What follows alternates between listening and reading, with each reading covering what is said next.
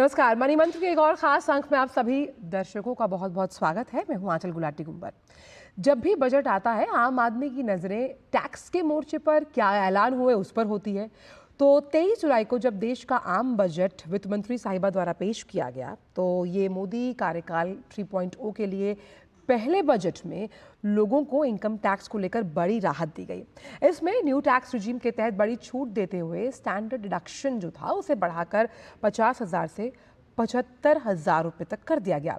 वहीं टैक्स में कुछ बदलाव भी किए गए हैं, जो आप अपनी स्क्रीन पर देख सकते हैं। ये जो टैक्स का नया स्लैब है, 0 से 3 लाख रुपए अब 0 है, 3 से 7 लाख रुपए 5%, 7 से 10 लाख रुपए 10%, 10 से 12, 15, 12 से 15 लाख सालाना अगर हो तो 20 और फीसद, वही 15 लाख से अगर ऊपर आपकी इनकम है सालाना तो 30%। ये संशोधित टैक्स का स्लैब है।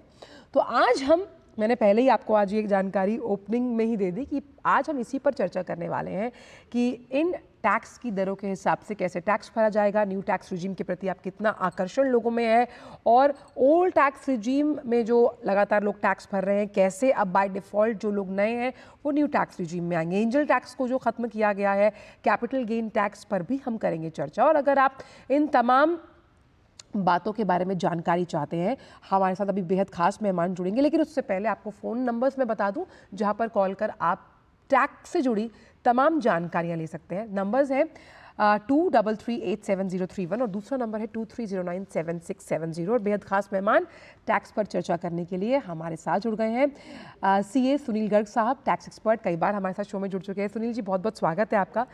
पहला सवाल तो यही कि जिस तरह से लगातार टैक्स स्लैब में बदलाव को लेकर आम आदमी के मन में बहुत से सवाल थे, जिनके जवाब वित्त मंत्री साहिबा ने इस बार बजट में दिए। ये जो रियायत दी गई है उस लिहाज से अगर हम समझना चाहें तो टैक्स भरने में कितनी आसानी होगी, और ये जो कर के मोर्चे पर रियायत दी गई है ये आम आदमी की जेब पर कितनी ज़्यादा सहायक साबित होने वाली है? देखिए, सबसे पहले तो माननीय वित्त मंत्री जी को बधाई। एक बैलेंस्ड बजट उन्होंने पेश किया जी। और जिसमें देश की ग्रोथ और वेलफेयर, मतलब वेलफेयर स्कीम को भी पैसा दिया और कैपेक्स में पैसा दिया, जिससे ग्रोथ होगी। जी। हाँ, मिडिल क्लास फैमिली को थोड़ी सी निराशा हुई है। जितनी उम्मीद कर रहे थे शायद उतनी मैडम को पास में शायद रूम नहीं था या जी। स्पेस नहीं था, तो इसलिए उतनी छूट नहीं दे पाई। हाँ, फिर भी मिडिल क्लास फैमिलीज को एक और सैलरीड एम्प्लॉय को एक छूट दी है, जिसमें कहा गया है कि स्टैंडर्ड डिडक्शन अब 50,000 से बढ़कर 75,000 रुपये आपको मिलेगी, और 7 लाख के स्लैब तक आपको पता होगा कोई टैक्स नहीं होता है। और कुछ टिकरिंग की है स्लैब्स में, जो पहले 3 से 6 लाख के बीच में 5% टैक्स लगा करता था, अब 3 से 7 लाख के बीच में वो 5% होगा। यानी कुल मिला के 17,500 रुपये का फायदा वित्त मंत्री जी ने आम आदमी को या मिडिल क्लास को देने का प्रयास किया है।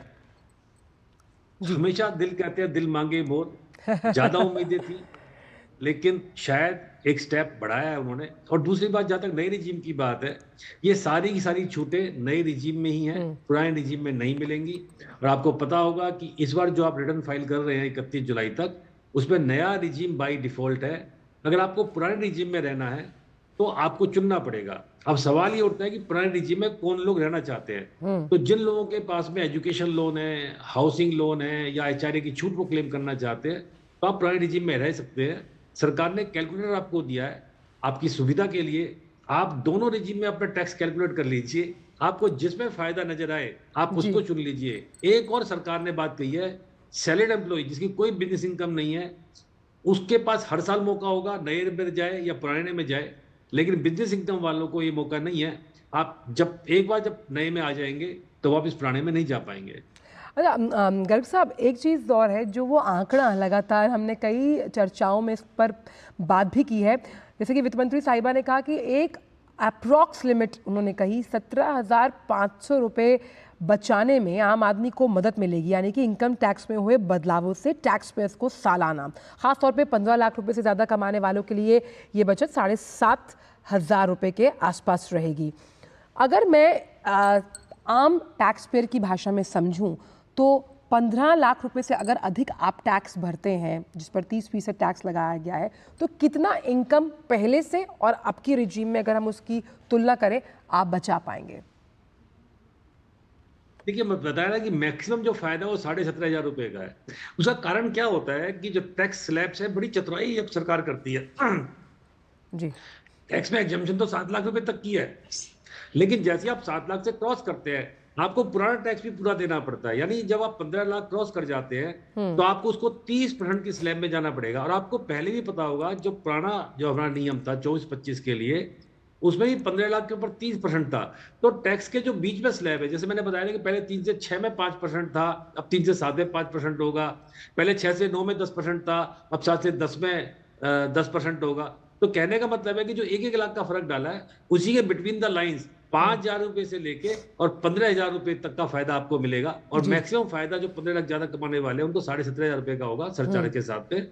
इससे ज्यादा फायदा नहीं है। हाँ, स्टैंडर्ड डिडक्शन बढ़ने से 25,000 रुपए की एडिशनल छूट सैलरीड एम्प्लॉय को मिल जाएगी। अच्छा, एक चीज़ और है, एक बार हम किसी टैक्स एक्सपर्ट से चर्चा कर रहे थे, उन्होंने कहा कि देखिए ओल्ड टैक्स रिजीम थोड़ी कॉम्प्लेक्स है, न्यू टैक्स रिजीम के ज़रिए जिन्होंने टैक्स भरा है वो बहुत सरल है। तो उन्होंने कहा कि भाई सारे अगर न्यू टैक्स रिजीम में शिफ्ट हो जाएंगे तो हमारा तो काम खत्म हो जाएगा। इस बात में कितनी सच्चाई है? नहीं, ऐसा नहीं है। देखिए, सरकार का पूरा प्रयास है कि आप नए रिजीम में आ जाइए। चूंकि स्कीम में कोई डिडक्शंस नहीं है, कुछ एग्जम्पशंस नहीं है, तो नया रिजीम आपको ज्यादा बेनिफिशियल है और सरकार उसको ज्यादा अट्रैक्टिव भी बना रही है।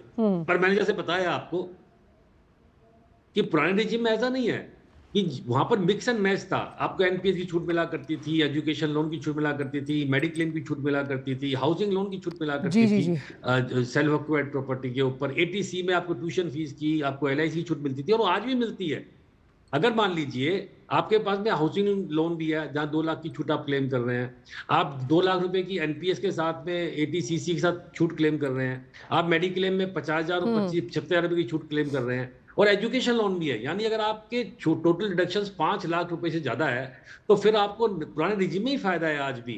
जैसे हमने आके थंब रूल दिया था कि अगर आपकी 15 लाख रुपए की इनकम है, मैं बात कर रहा हूँ 23-24 फाइनेंशियल ईयर की, अगर आपको 3,75,000 रुपए से ज्यादा छूट क्लेम कर रहे हैं, 3,75,000 से ज्यादा आप डिडक्शंस क्लेम कर सकते हैं, तो आप पुराने रिजीम में ही रहिए, सरकार आपको मना नहीं कर रही है। जी जी। अगर आपकी 10 लाख की इनकम है तो ब्रेक इवन पॉइंट आता है 2,62,500 रुपए पर। यानी अगर आपके पास हाउसिंग लोन और एटीसीसी की छूट, मेडिक्लेम के साथ में सारी छूटें अवेलेबल है, सारी डिडक्शंस अवेलेबल है, तो आज की डेट में भी आपको पुराने रिजीम में ही फायदा है।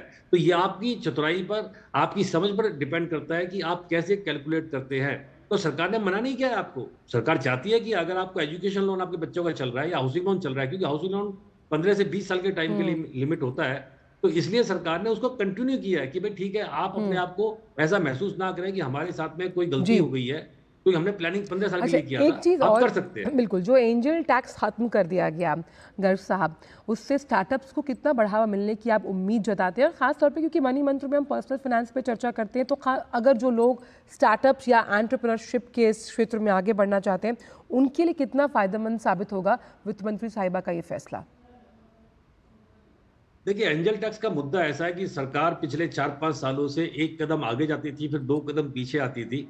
और हमने कई बार इस मुद्दे को इस शो में भी उठाया था कि एंजल टैक्स से इन्वेस्टर इसको स्टार्टअप को बहुत नुकसान हो रहा है। एंजल टैक्स होता क्या था कि अगर आपने अपने शेयर्स को प्रीमियम पे इशू किया, जो कि फेयर मार्केट वैल्यू से ज्यादा है, तो सरकार कहती थी कि उस पर टैक्स कंपनी दे देगी।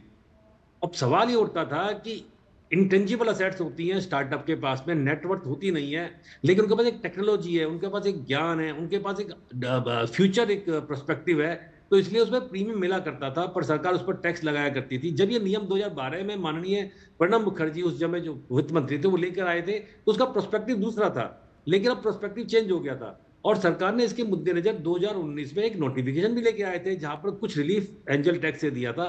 पर अच्छी बात है, सरकार को शायद हमारी बात उनके कानों तक पहुंच गई और एंजल टैक्स का सनसेट क्लॉज आ गया है, यानी 2024 के बाद में अब एंजल टैक्स नहीं लगेगा। साथ ही जिस तरह से टैक्स को लेकर एक मन में हमेशा कई सवाल रहते हैं कि भाई इसका सरलीकरण बेहद ज़रूरी है, जिसका जिक्र वित्त मंत्री साहिबा ने अपनी बजट स्पीच में भी किया। क्या आपको लगता है कि इस मोर्चे पर सरकार ने बेहतरीन काम किया? क्योंकि रिफंड के प्रोसेस को हमने देखा है कि अब त्वरित तौर पर आपका रिफंड आ जाता है अगर आप टाइमली अपना टैक्स भरते हैं। तो कई मोर्चों पर सरकार की कोशिश है कि टैक्स जिसे एक पेचीदा विषय माना जाता है, उस पर सरल तरीके से काम किया जाए आम आदमी की सहूलियत के लिए। देखिए, माननीय वित्त मंत्री जी ने बजट जब शुरू किया था भाषण, तो ये कहा था कि हम अगले 6 महीने में नया टैक्स कोड लेके आएँगे और इस टैक्स को सरलीकरण किया जाएगा। और सरकार ने इस मोर्चे पर काम किया भी है पिछले 8 से 10 सालों में, बहुत चीज़ों को सिम्प्लीफाई करने की कोशिश की है। लेकिन एक जो चिंता का विषय है, वो ये है कि लिटिगेशन बहुत बढ़ता जा रहा है, मुकदमेबाजी बहुत बढ़ती जा रही है और एक बार माननीय वित्त मंत्री जी ने लोकसभा में कहा था कि लगभग 5 लाख मुकदमे पेंडिंग हैं इनकम टैक्स विभाग और एसएससी करदाता के बीच में और मुझे लगता है कि अब ये आंकड़ा 10 लाख से भी क्रॉस कर गया होगा। तो सरकार पर को इस पर भी विचार करने की जरूरत है कि इतना सरलीकरण करने के बाद में इतनी मुकदमेबाजी, इतना लिटिगेशन क्यों बढ़ रहा है? तो उस मोर्चे पर भी काम करने की जरूरत है सरकार को। हम्म, बिल्कुल। तो खास तौर पर टैक्स के मोर्चे पर तमाम सवालों के जवाब गर्ग साहब हमें दे रहे हैं और कॉर्पोरेट टैक्स को जो घटाया गया उस पर भी जानेंगे, लेकिन वक्त एक छोटे से ब्रेक का हो चुका है मनी मंत्र में। वक्त एक ब्रेक का। अब आया असली स्वाद। अब आया स्वाद। जब स्वाद के पड़े हो लाले तो MDH का चंकी चाट मसाला डालें। MDH का चंकी चाट मसाला। MDH। बात जब पीढ़ियों के लिए बनने वाले घर की हो तो जिम्मेदारी बड़ी हो जाती है। गैलेंट समझता है ये जिम्मेदारी। अब डबल एम रिब्स के साथ गैलेंट एडवांस TMT रीबार, निर्माण का रियल हीरो। ब्रेक के बाद स्पीकर स्वागत है। मनी मंत्र में आज हम चर्चा कर रहे हैं टैक्स को लेकर जो तमाम बड़े ऐलान बजट के दौरान इस बार किए गए। टैक्स के मोर्चे पर गर्ग साहब जाने माने चार्टर्ड अकाउंटेंट हैं, टैक्स एक्सपर्ट हैं, हमारे साथ जुड़े हुए हैं। गर्ग साहब, खास तौर पे जो कॉर्पोरेट टैक्स जिसकी दर 40% से घटाकर अब 35% रखने के लिए बात कही गई है, ये कितना आप फ़ायदेमंद समझते हैं ख़ास तौर पर आने वाले सालों में कॉर्पोरेट जगत के लिए? ये पहली बात तो ये मान लीजिए कि ये जो कॉर्पोरेट टैक्स की दर है ये फॉरेन कंपनी के लिए घटाई गई है, 40 से 35% की गई है फॉरेन कंपनीज के लिए। जहां तक डोमेस्टिक कंपनी का सवाल है, हमारे यहाँ पर पहले ही वो दर घटाकर 22%, 22% मैडम ने कर दी थी अगर आप कोई डिडक्शंस नहीं लेते हैं। और 400 करोड़ की टर्नओवर से कम पर वैसे ही 25% है, 400 करोड़ की टर्नओवर के ऊपर 30% है। और सरकार ने एक फायदा और दिया था, सरकार ने कहा था कि अगर आप अक्टूबर 19 से लेकर मार्च 24 तक कोई मैन्युफैक्चरिंग यूनिट लगाते हैं तो हम 15% की दर से, डोमेस्टिक कंपनीज का फायदा था, वो हम ले लेंगे आपसे। तो कहने का मतलब ये है कि जो ये कदम उठाया गया है 40 से 35 करने का, उसका पर्पज ये है कि जो इंटरनेशनल कंपनीज हमारे पास आ रही हैं, फॉरेन कंपनीज हमारे पास आ रही है, जो FDI आ रही है, और आपको पता होगा सरकार रोजगार के मोर्चे पर बहुत काम कर रही है। इस बजट में भी सरकार ने रोजगार को पैदा करने के लिए बड़ी स्कीम का ऐलान किया है। तो सरकार चाहती है कि वहाँ जो कंपनियां यहाँ पर आए उनको टैक्स के दर के कारण से हमारा डेस्टिनेशन बुरा ना लगे, इंडिया एक अच्छा डेस्टिनेशन बन जाए। ये सोचते हुए 40 से 35% को किया गया है, उनको एक रिलीफ दिया गया है। कैपिटल गेन टैक्स जिसे बढ़ाया गया है, अगर हम उसे सरल तरीके से समझें गर्ग साहब, तो ख़ास तौर पर उसका जो टाइम लिमिट है उसमें भी चेंजेस हुए हैं, ये किस तरह से असर डालेगा? देखिए, कैपिटल गेन के मोर्चे पर भी सरकार कई सालों से सोच रही थी कि हम इसको सरलीकरण करते हैं। बड़ा एक कॉम्प्लिकेटेड नियम है और मैं कहता हूँ इस चेंजेस के बाद ही बहुत कॉम्प्लिकेशन है। और जैसा मुझे लगता है कि जो नया अब टैक्स कोड आएगा उसमें और सरलीकरण किया जाएगा। हाँ, एक काम तो किया सरकार ने, ये कहा है कि अगर कोई भी कैपिटल गेन यानी कोई भी आप असेट्स है, चाहे गोल्ड है, चाहे ज्वेलरी है, चाहे इमोल प्रॉपर्टी है, चाहे अनलिस्टेड शेयर है, वो 2 साल के बाद में अब लॉन्ग टर्म हो जाएंगे। और listed equity shares, listed mutual fund 1 साल के बाद, पहले भी यही नियम था, अब भी यही नियम है। परिवर्तन ये कर दिया है कि लिस्टेड इक्विटी शेयर में जो पहले आपको 10% टैक्स देना पड़ता था लॉन्ग टर्म कैपिटल गेन पर, अब उसको थोड़ा सा बढ़ा दिया है। सरकार कहती है इतना पैसा कमा रहे हैं मार्केट से तो हमें भी कुछ दे चाहिए, 12.5% कर दिया। हाँ, साथ में एक छूट भी दे दी है। आपको पता होगा कि long term capital gain listed equity पर 1 लाख रुपए की छूट मिलती है हर साल, उसको 25,000 में बढ़ाया गया है। तो कहीं ना कहीं उसको रिलीफ देने की कोशिश की है। एक जो क्या इसकी वजह ये भी है, क्या इसकी वजह गर्ग साहब ये भी है कि हमने देखा कि डीमैट अकाउंट्स है उनकी संख्या लगातार बढ़ रही है और अब लोग इक्विटीज में निवेश करना कह सकते हैं इसकी तरफ उनका आकर्षण बढ़ रहा है। तो वित्त मंत्री साहिबा को लगा कि भाई यहाँ पर लोगों के पास ज़्यादा पैसा आ गया है, खासतौर पर अगर इक्विटी मार्केट में निवेश की बात की जाए तो। हाँ बिल्कुल, और शॉर्ट टर्म कैपिटल गेन का रेट बढ़ा दिया है, 15% से 20% कर दिया है। मुझे लगता है कि ये थोड़ा सा स्टेप ठीक नहीं है। जो कारण दिया गया है, जैसे आपने कहा कि अब आम आदमी भी डीमैट अकाउंट खोल रहा है, आम आदमी भी इन्वेस्टमेंट कर रहा है, तो उसको 15% भी उसका काफी अच्छा रेट था। ठीक है, सरकार ने कुछ सोचकर उसको 20% किया है। जी, एक कॉलर हमारे साथ जुड़ गए, उदय नारायण साहब हैं बोकारो से। उदय जी, पूछिए सवाल। मैं पूछना चाहता हूँ कि हम लोगों का टैक्स पर मैंने क्या विचार किया गया है, हम लोगों को समझ में नहीं आता।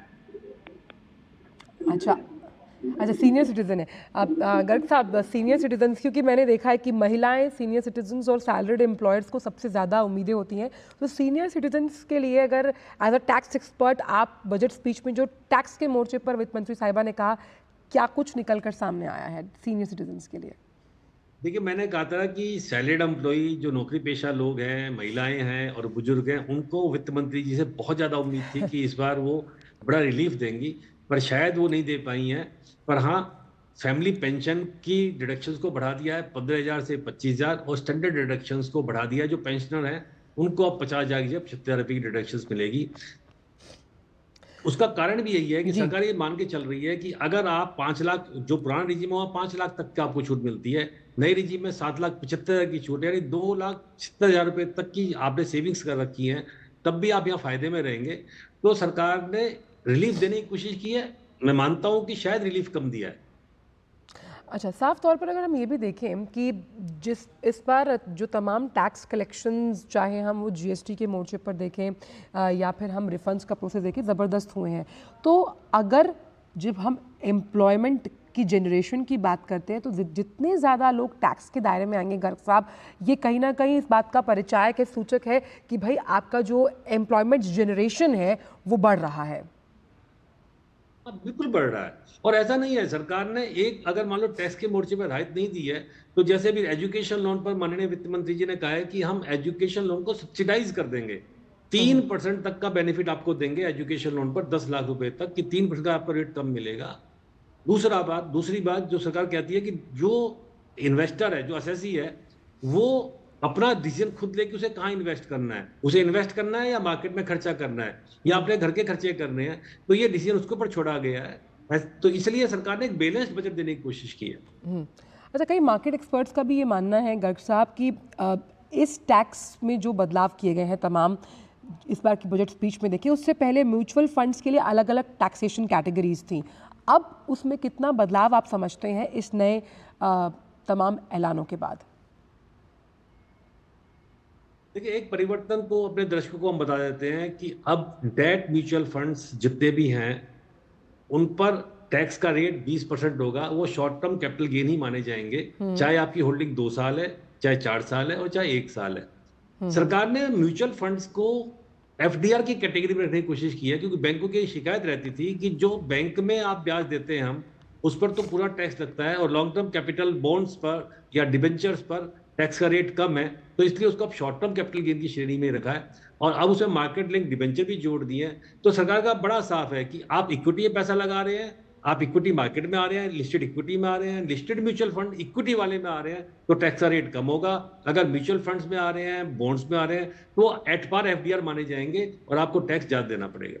अच्छा, इस बात में कितनी हम मान सकते हैं कि ये मिथ है या फिर सच्चाई है कि मेजॉरिटी ऑफ जो टैक्स पेयर्स हैं उन्हें जो सब्सटैंशियल टैक्स सेविंग है उसमें फ़ायदा या फिर मिलता हुआ नज़र आएगा? क्योंकि हमने देखा है कि ख़ास तौर पर रियल एस्टेट की अगर मैं बात करूं, जिसमें हम लॉन्ग टर्म कैपिटल गेंस को भी टैक्स पर चर्चा कर रहे हैं, उसमें फ़ायदा मिलता हुआ नज़र आएगा। ऐसे मेजॉरिटी ऑफ टैक्स पेयर्स है, कितनी सच्चाई है इस बात में? देखिए, ये ऐसा है कि गिलास आधा खाली है या आधा भरा हुआ है। राजस्व सचिव ने कहा है, कल ही बयान दिया है कि 95% लोगों को फायदा होगा इससे, इंडेक्सेशन खत्म करने से। देखिए, परिवर्तन क्या किया गया है, परिवर्तन ये कहा गया है कि अगर इमोल प्रॉपर्टी यानी लैंड, बिल्डिंग, फ्लैट आप बेचते हैं, पहले 2 साल के बाद आप बेचते थे तो 20% कैपिटल गेन टैक्स आपको देना पड़ता था, लेकिन आपको इंडेक्सेशन का फायदा मिलता था। जो इंडेक्सेशन 100 रुपए था 2001 में, वो 2024 में 363 यानी 3.63 का मल्टीप्लायर आपको मिलता था। अब सरकार ने ये कहा है कि अब आपको इंडेक्सेशन नहीं मिलेगा, कोई इंडेक्सेशन नहीं, हम आपको नहीं देंगे, लेकिन जो टैक्स की दर है वो घटाकर 12.5% कर दी गई है। मुझे क्या लगता है, जिनके पास में पुरानी प्रॉपर्टीज है, यानी 10, 20, 25 साल पुरानी प्रॉपर्टी है, वो शायद नुकसान में रहेंगे, लेकिन जिनके पास में नई प्रॉपर्टीज है, यानी 2, 3, 4 साल में जो प्रॉपर्टी चेंज करते हैं, पिछले 5 सालों में जिन्होंने प्रॉपर्टी परचेज की है, अगर उनको बेचेंगे वो फायदे में रहेंगे। पुरानी प्रॉपर्टी वाले थोड़ा नुकसान उनको झेलना पड़ेगा, क्योंकि इंडेक्सेशन का बेनिफिट उनको नहीं मिलेगा। अच्छा, एक चीज़ और जो सीबीडीटी चेयरमैन साहब ने बड़ा अहम बयान दिया कि भाई 66% जो करदाता हैं उन्होंने नई टैक्स रिजीम के अंतर्गत आईटीआर फाइल किया है। तो साफ तौर पर जितना कंप्लायंस आपका इजी होगा, बिना डर के होगा, तो करदाता उसी की तरफ आकर्षित होगा। और इसका एक मुजाहिरा हमने बजट स्पीच में भी देखा था इस बार। गर्ग साहब, देखिए, इसके दो कारण हैं। नंबर एक कारण तो ये है कि सरकार नई स्कीम को ही प्रमोट कर रही है, एक बात तो ये, और दूसरा क्योंकि इसको डिफॉल्ट स्कीम बना दिया गया है तो आम टैक्स पेयर में इतनी समझ नहीं होती है। अगर आप आम आदमी को जाने तो उसको टैक्स के कॉम्प्लिकेशंस नहीं आते हैं, वो अपनी रिटर्न्स को सिंपल तरीके से भरना चाहता है। कहीं ना कहीं ये फोर्स्ड कन्वर्जन है, जहां पर लग रहा है कि जानबूझ के सरकार भी उसको प्रमोट कर रही है और लोग उसमें आ रहे हैं। पर मैंने बताया, जैसे मैंने शुरू में बताया था कि 3,75,000 रुपये ब्रेक इवन आता है। अगर उससे ज्यादा आप डिडक्शंस क्लेम कर रहे हैं तो आप ओल्ड स्कीम में जा सकते हैं। सरकार ने सुविधा आपको दी है कैलकुलेटर की, वरना 66% का आंकड़ा बता रहा है कि लोग नई स्कीम की तरफ चाहे जाने अनजाने में, चाहकर या ना चाहकर आ रहे हैं। अच्छा, एक और ये भी लगातार वक्तव्य तमाम चर्चाओं में है कि भाई ओनरशिप की, एक ख़ास तौर पे घर की ओनरशिप का जो एक सपना हर कोई देखता है, वो जिस तरह के प्रोविजंस इस बार टैक्स स्लैब में किए गए हैं उससे आने वाले सालों में और आसान होता हुआ नज़र आ रहा है। गर्ग साहब, देखिए, सरकार ने, जहां तक सवाल है हाउसिंग का, हाउसिंग में बहुत सारे प्रमोशंस सरकार ने दिए हैं। पुराने टैक्स रिजीम में डबल छूट मिला करती थी, आपको 45 लाख से कम का लोन अगर आप ले रहे हैं तो आपको एक एडिशनल छूट मिला करती थी। हाउसिंग लोन का रेट कम किया है। और इस बार भी आपको पता होगा, जो प्रधानमंत्री आवास योजना है, इस बजट में भी मैडम ने कहा है कि अगर आप एक मकान ले रहे हैं तो हम आपको सब्सिडी देंगे, आपको इंटरेस्ट की सब्सिडी आपके अकाउंट में आती है। यानी आप सरकार ने डायरेक्ट छूट देने की बजाय इनडायरेक्ट आपको छूट दे रहे हैं कि आप मकान लीजिए, हाउसिंग लीजिए, और हम आपको एक सब्सिडाइज रेट जो इंटरेस्ट है उसका आपको क्रेडिट दे देंगे। तो सरकार चाहती है कि हाउसिंग बढ़े, क्योंकि वो एम्प्लॉयमेंट भी बहुत जनरेट करती है। तो कहीं ना कहीं इन्वेस्टमेंट के पॉइंट ऑफ व्यू से, एम्प्लॉयमेंट के पॉइंट ऑफ व्यू से सरकार हाउसिंग को बहुत बढ़ावा देना चाहती है। बिल्कुल, हाउसिंग पे बढ़ावा है। और एक कॉलर जुड़ गए हैं हमारे साथ, रोहित सेठी साहब जुड़े हुए हैं लुधियाना से। रोहित जी, पूछिए सवाल। हाँ जी मैडम, नमस्कार जी। सर नमस्कार। सर मेरा सवाल जो है वो ये है कि जो अपना हम लोग ये इक्विटी में इन्वेस्ट करते हैं, उसमें हमारा अगर लॉन्ग टर्म और शॉर्ट टर्म में क्या फर्क है कैपिटल गेन के ऊपर जो है?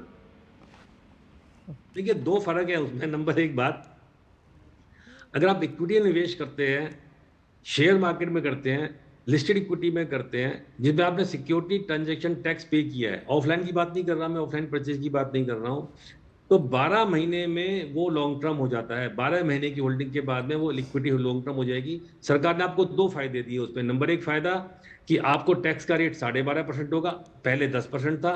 दूसरा, 1,25,000 रुपये तक की आपको छूट मिल जाती है। 1 साल से पहले बेचेंगे, शॉर्ट टर्म कैपिटल गेन होगा, और आपको टैक्स का रेट अब 15 की जगह 20 हो गया। हाँ, एक जो फर्क होता है वो होता है जब आप लॉस को एडजस्ट करते हैं। लॉन्ग टर्म कैपिटल, अगर आपको शॉर्ट टर्म कैपिटल लॉस है तो उसको लॉन्ग टर्म कैपिटल गेन से एडजस्ट कर सकते हैं, लेकिन रिवर्स पॉसिबल नहीं है। यानी लॉन्ग टर्म कैपिटल लॉस को शॉर्ट टर्म कैपिटल गेन से एडजस्ट नहीं कर सकते हैं। ये आपको ध्यान रखना है, लोग इसमें बहुत गलतियां करते हैं। अब एक और चीज़ आपसे समझना चाहेंगे कि इस पूरे टैक्स स्लैब में जिस तरह से बदलाव किया गया, आप एंटरप्रेन्योरशिप को बढ़ावा देते हुए और ख़ास तौर पर जो लोग अपना काम करना चाहते हैं, कितनी ज़्यादा यहाँ पर सहूलियत मिलती हुई नज़र आती है? देखिए, सरकार का पूरा इस बजट का अगर मैं एक जिस्ट निकालने की कोशिश करूं तो सरकार को शायद इस चुनाव के बाद में एक बात समझ में आई है कि यूथ में एस्पिरेशंस बहुत ज़्यादा हैं और रोजगार का मुद्दा उनके लिए बहुत बड़ा मुद्दा है। तो सरकार ने 2-3 स्टेप उठाए हैं। एक तो मुद्रा लोन को 10 से 20 लाख आपको कर दिया है कि एंटरप्रेन्योरशिप आप बढ़ाए।